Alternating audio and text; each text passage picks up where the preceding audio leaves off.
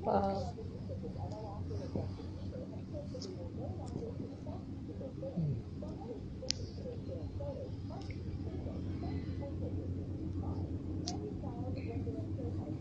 Ain't nobody coming on since I came on late.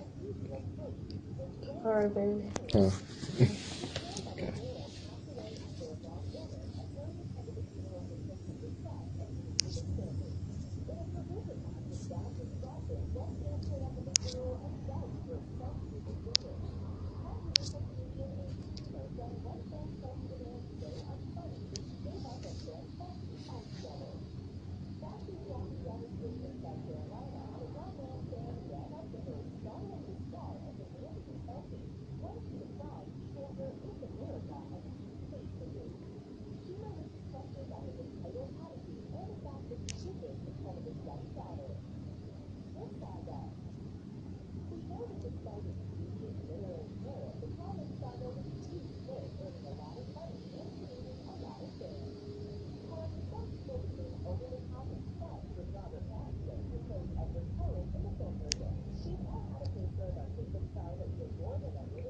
Alright, well, I guess I'll talk to myself here in a moment, since everybody's probably either going to church or probably going to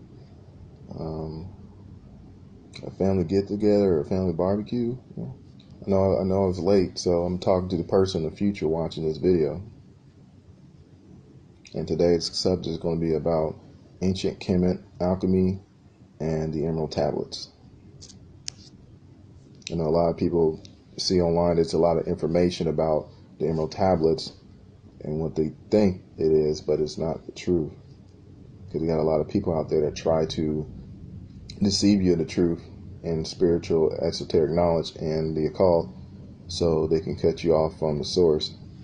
But and when we talk about Egypt, it's a lot of talk about the god Ra and Set and Isis, which the terrorists, the so-called terrorists, are using as a way to promote terrorism, which is again another program for propaganda for everybody's interests and the whole satanic reptilian government that we live in.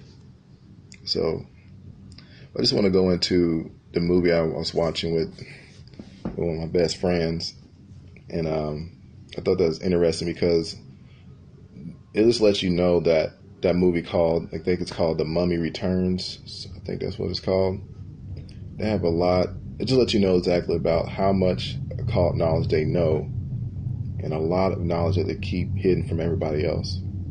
Oh yeah, it was that movie, The Mummy, the new one.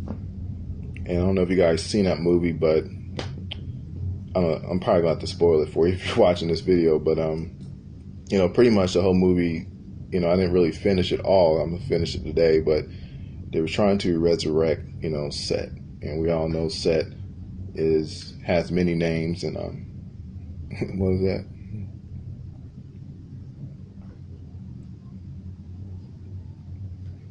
Yeah, I don't. Yeah, of course it's got Tom Cruise in it. Should just show me what it was all about, but of course it had Tom Cruise in it. He's a soldier, and they go to Egypt, to like look at different places and mess around and run. And it so happened to fall into this cave that has the person who tried to evoke Set, because of a long time ago, back in the day, I guess there are days in BC that there is a woman, I guess her dad, she didn't get no love for her dad, so she started to She was an Egyptian princess. Yeah, she Egyptian princess, and she started to evoke Set, Jealous. because she got jealous of the person that her dad was with, and had a baby and stuff. And I guess she was like she was the only daughter at first. So I guess she was feeling some type of way about that. But anyway, just her resurrecting Set, this made things a little bit crazy because, she let Set take over her body, and, she killed the baby, and then she killed Dad and everything else.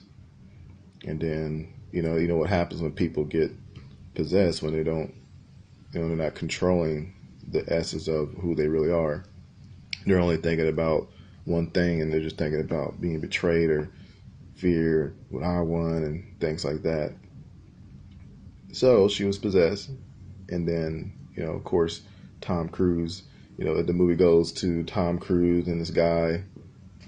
I guess they're like SF guys, special forces, and then they actually get stuck in this cave, and then they, again, you already know what happens next. They end up messing around down there, and Tom Cruise figures out something where he just released some not information, but just like a rope that pretty much unlocked her tomb, because after she died, I guess they all killed her and they buried her to make sure that actually they buried her alive, hoping that she would never return. With Set's energy, with consciousness or whatever you want to call it, essence in there. But that wasn't the case. So the main point I'm really trying to make is that, Set, once she resurrected Set, that she was trying to take Tom Cruise to become, the material form of Set in this world. And I thought that was interesting because we all understand, Set and Ra, and how one was jealous of the other, and then when they all betrayed each other, then a lot of things and that's the reason why a lot of information started to spread out through Egypt. What happened in college, stuff that they taught you in college. We're just going to talk about the imbalance, about how the Alexander the Great, all of those Roman people that came in and stole the command information from the Egyptians, everything from the Book of Dead to all that information. They had all the information, and then again, their patriarch, they wanted to create their own Roman mythologies out of that, and then all of a sudden, then Christianity took over that. But it all started with ancient Kemet. Everything started from there. Even when you're talking about the lost continent of Atlantis, there's a lot of information stuck from there that actually took to create Kemet, pretty much, because a lot of those Atlantean masters, they had a lot of information, and they're the ones that actually helped create Egypt. So again, we get into that movie. I thought that's interesting because they're trying to resurrect Set. And you can just imagine about how our government or the elites or whatever you want to call them are trying to do things like that.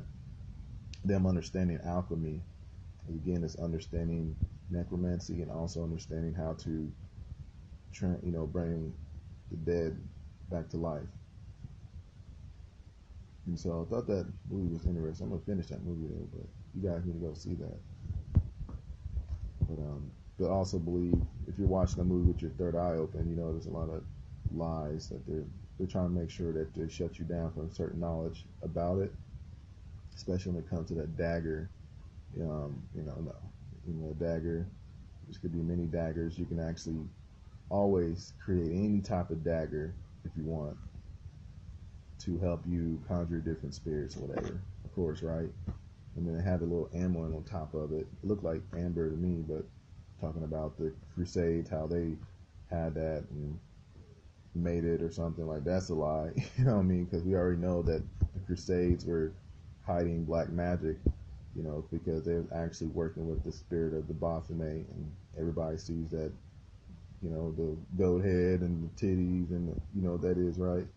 So of course, when you talk about Christianity, I really don't try to accept all religions and everything, but just understanding what happened to the Crusades and how they're using black magic to keep their land fresh and keep everything happening. It was pretty much, it was a religion that pretty much, or patriarchy, whatever you want to call it, that pretty much spread more control and created what we call evil today. That's the embodiment of evil. So, I don't want to get off the subject. So, where was I at? Oh, yeah, Egyptian. Yeah, Kemet.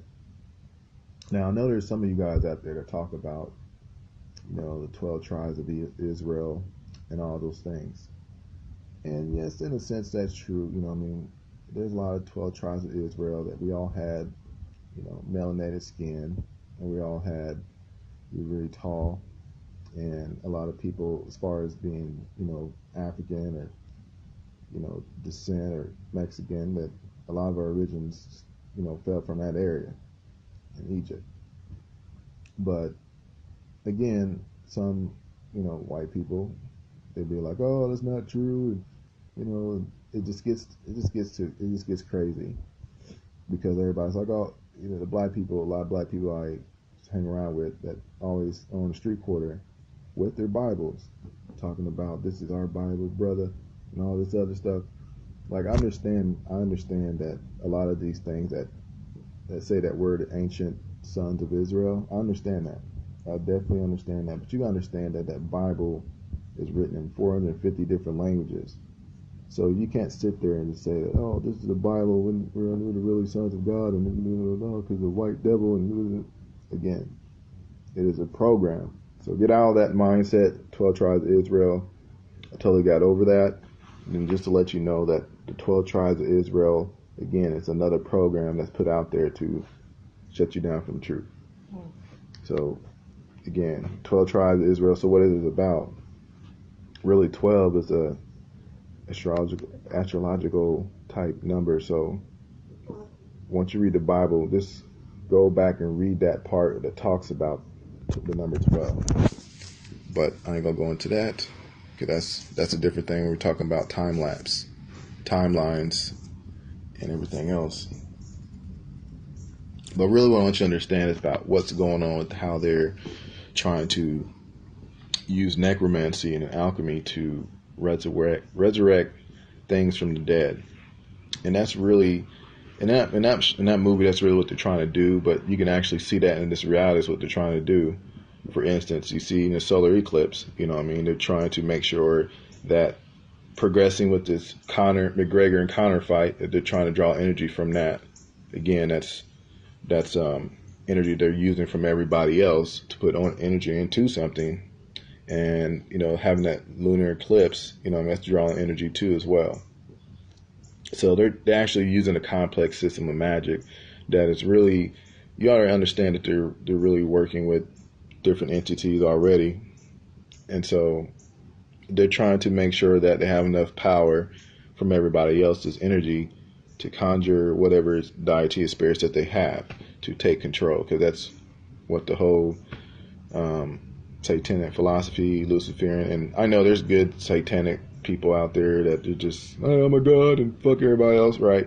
But I know that there's some satanic people out here they just don't care. Like they're just totally sinister. That's all they worry about. And really that's the type of government we live in today. It's sad. People dying overseas, can't even bring them food, can't even bring them anything else. And they wonder why that everybody is just so hard for people to get out of this system that they created. Just not them, but just everybody else. But they think, a lot of people think that since everything is going on, that this is just normal. The government's been like that for years, but they don't really indulge or immerse themselves in the knowledge to free themselves. They just think that, well, if I got a lot of money, I could do anything I want. There's still more to that. You have to actually put yourself in the know and educate and reprogram these things. That way you can actually get out of this reality, escape the veil of this matrix that we live in. Because it's really complex, but once you understand there's a occult knowledge, it's going to set you free. So let's talk about alchemy. Now we understand alchemy. A lot of religions understand alchemy as far as a spiritual awakening, and how to transgress your body, mind, and spirit to transmute yourself into something better. And the philosophy of alchemy is nothing comes from nothing. So if you tell somebody saying, well, this money came out of nowhere, an alchemist, a true alchemist, would be like, no, that's not correct. And so pretty much that's the alchemy, that's the point of alchemy. And then we also understand the 7 Hermetic principles. If you haven't read a book called The Kabbalion, I really encourage you to read that book, because it really talks about the 7 Hermetic principles. Again, written by Hermes, Thoth, whatever. Gets many names for different gods, but I like to call him pretty much Hermes or Thoth, because Hermes, when you talk about Hermes, it's, the god of the underworld, and then you talk about Thoth, the Egyptian scribe, and they try to make sure he's the same person at the same time, but you really think about it, it's Hermes. And I'll go into that in a different a different one, because that's getting into the whole talk about Lucifer, and again, said again.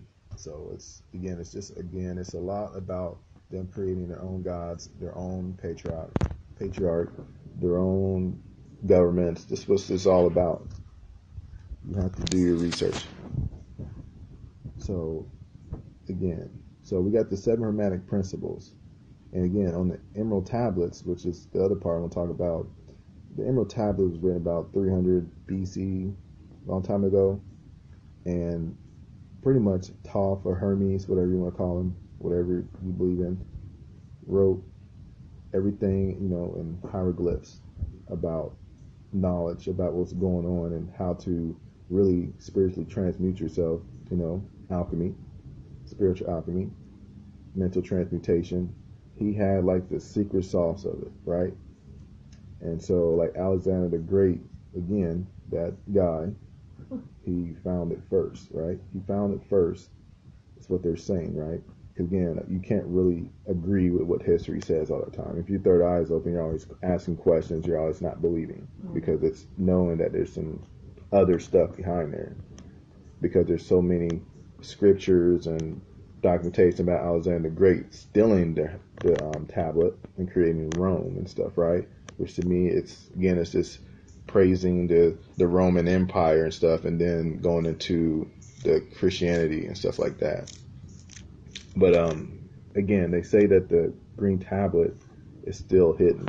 Like the green tablet is still hidden, but once you understand and decode the glyphs, that you'll be able to actually ascend to a higher state of consciousness, or pretty much be able to transmute who you really are as a highly enlightened divine being, whatever you want to call yourself. That's pretty much why they were trying to get hold of that knowledge.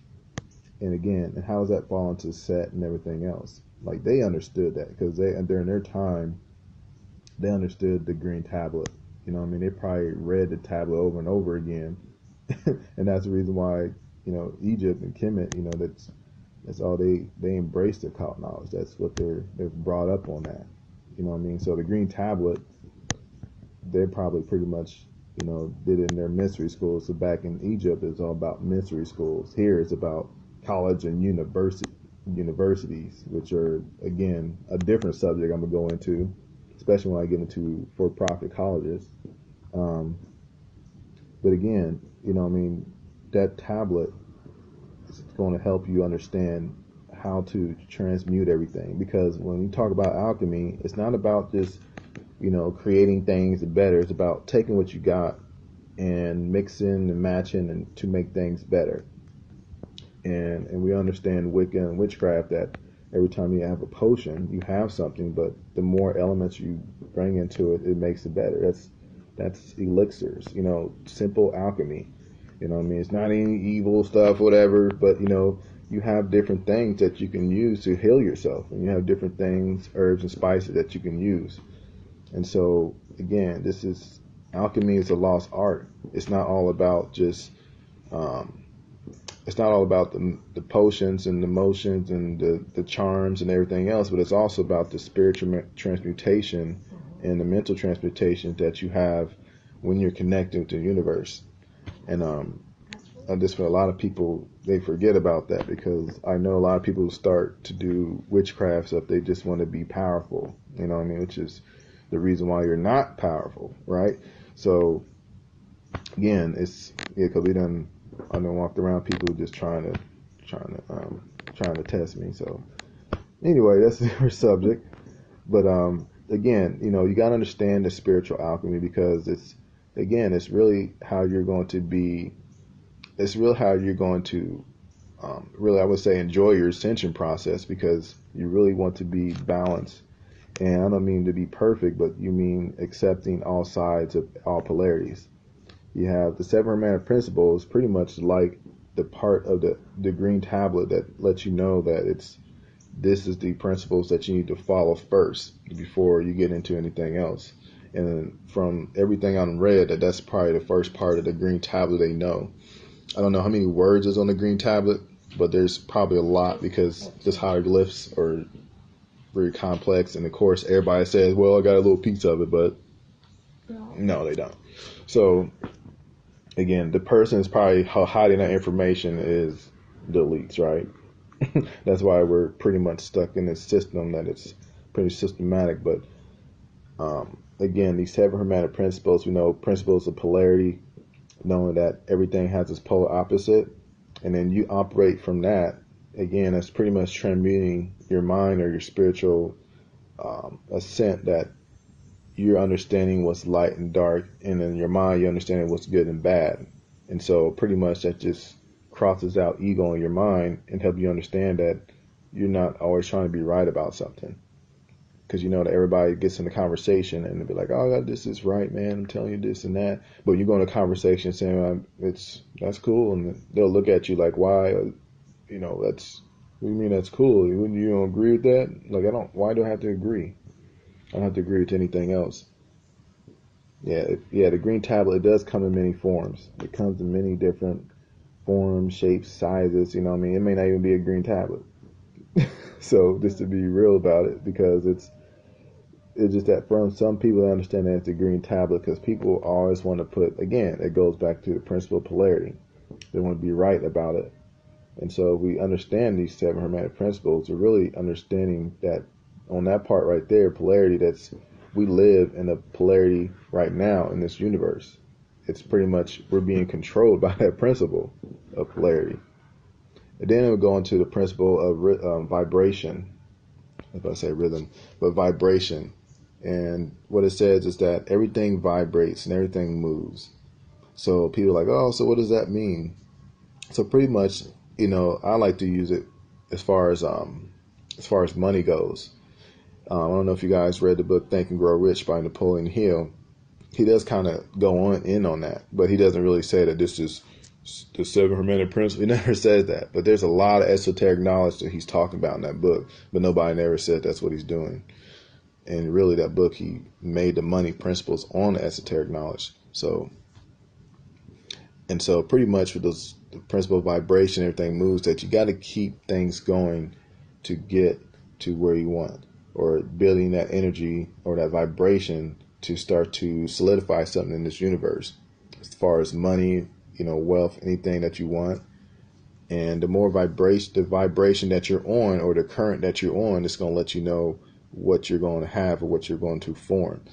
So, like the ocean and the wind, it's the most two powerful thing on this planet, But the ocean and the wind, what can we do as form, and how can we use that to do things?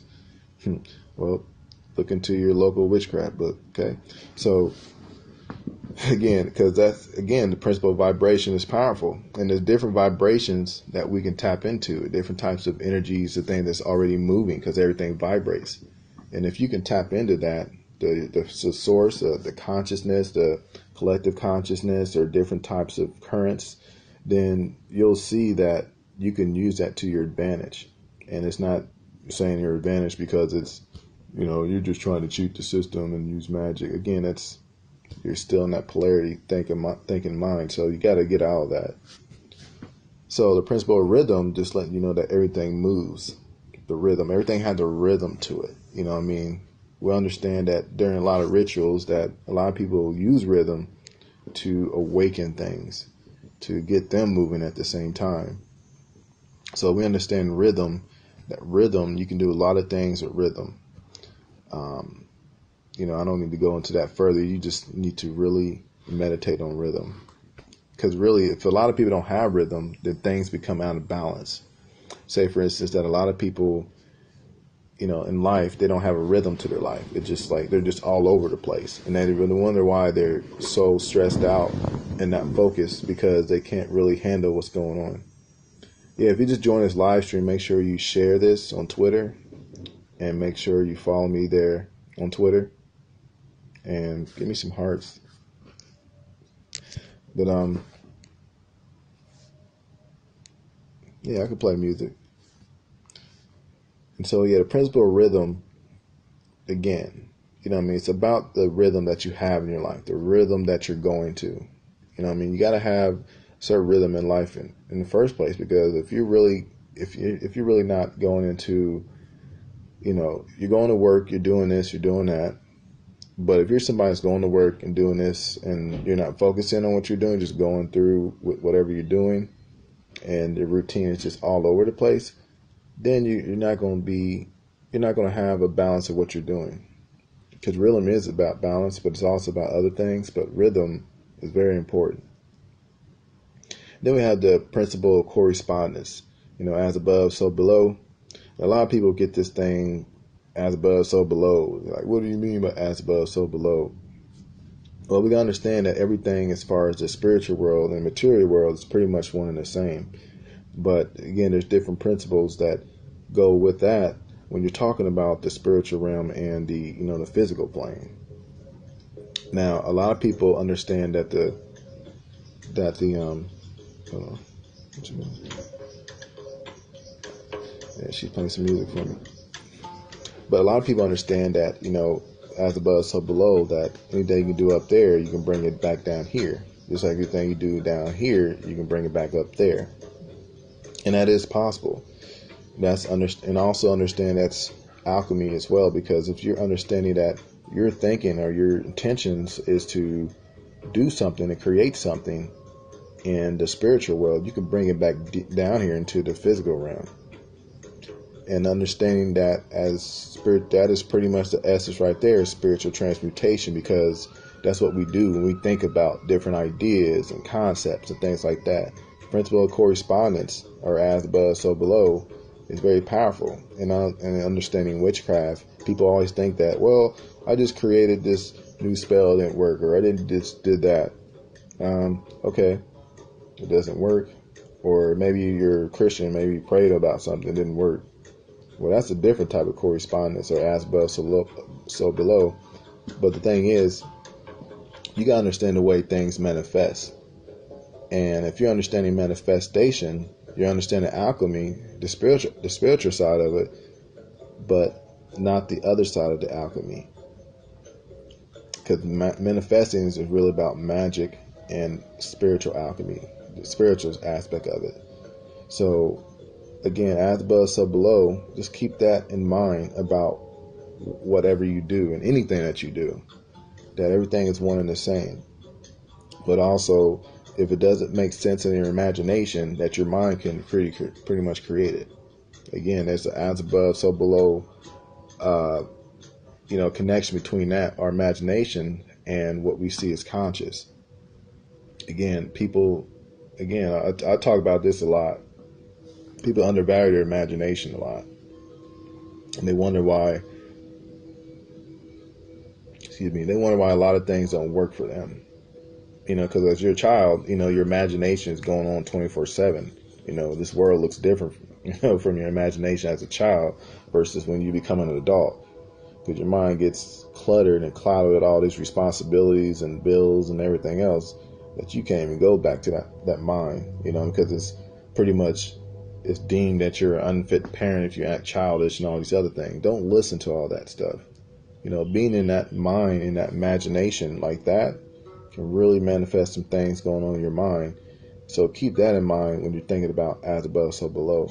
You'll be shocked. So I think I'm missing one more principle. Principle of vibration, principle of correspondence. rhythm, principle of,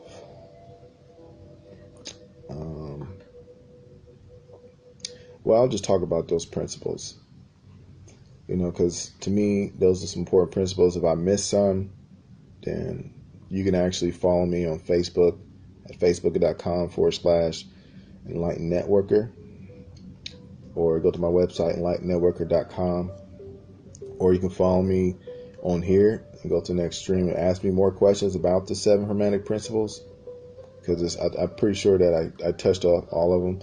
Oh yeah, this one is coming to me that they already tell me about it. The principle, what did you say?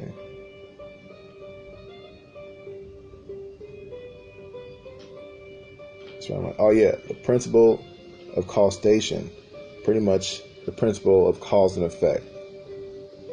Yeah, guys talking to me. But yeah, principle of cause and effect. So what does that mean? Pretty much everything that you do has an effect when you do it. Now, a lot of people understand this, like the Chinese understand karma. Pretty much karma, because really what it's talking about.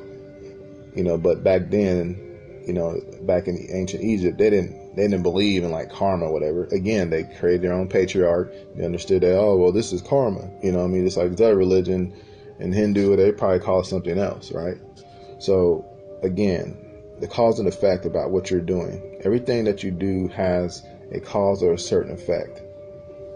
Now, the thing is that a lot of people, I don't believe, I know a lot of chaos magicians that don't believe that when they do magic, that there's no effect. They believe that every time they do something that it doesn't matter, you just do it.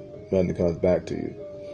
And pretty much it's understandable that that's what it is, but it's still going to have an effect, It's got to have some type of effect. Not saying that we're governed by certain laws and stuff like that, but it's going to have some effect, And so we all know Aleister Crowley came up with the whole, chaos and magic theory about that, and the whole theurgy magic. So the thing is that we got to understand that the cause and effect doesn't necessarily mean karma either, because you can actually use karma in a good way. That's another thing we understand about karma. So don't always think that since you're doing something bad, that something bad is going to happen. That's pretty much, if you think something bad is going to happen, more than 9 times out of 10, that's what's going to happen. And I think that's what they really meant with the whole chaos magic theory. But again, there's a lot of things when you're talking about sigils and stuff, because, there's people out there that have things like, the sigil Lucifer. I know you've seen that all over online about people wearing it, and, you got to think about how did they really make that sigil, I'm going to tell you right now, make your own sigil Lucifer. How about that? So, again, that's serious, because you think about it, people take these sigils, right? And they think that, well, this is what I'm going to use, and they don't ever research it. They just start doing stuff and doing magic, or, using their tarot cards and their gemstones with it, not thinking that this is, maybe somebody created this to, trap you, or try to create you, put a binding spell on you or something. You never know. So again, make sure you do your own research. And I'm about to get off here, but hope you guys, if you're just watching this, make sure you share this on Twitter and on Facebook. And make sure you follow me here and go on my website, enlightennetworker.net. If you have any more questions, I'd be happy to do that. Again, if you do like to book a session, as far as like a tarot card reading or any type of readings, make sure you get to me on my website, enlightennetworker.net. And I will see you guys on the next one. And you guys take care. Keep yourself woke.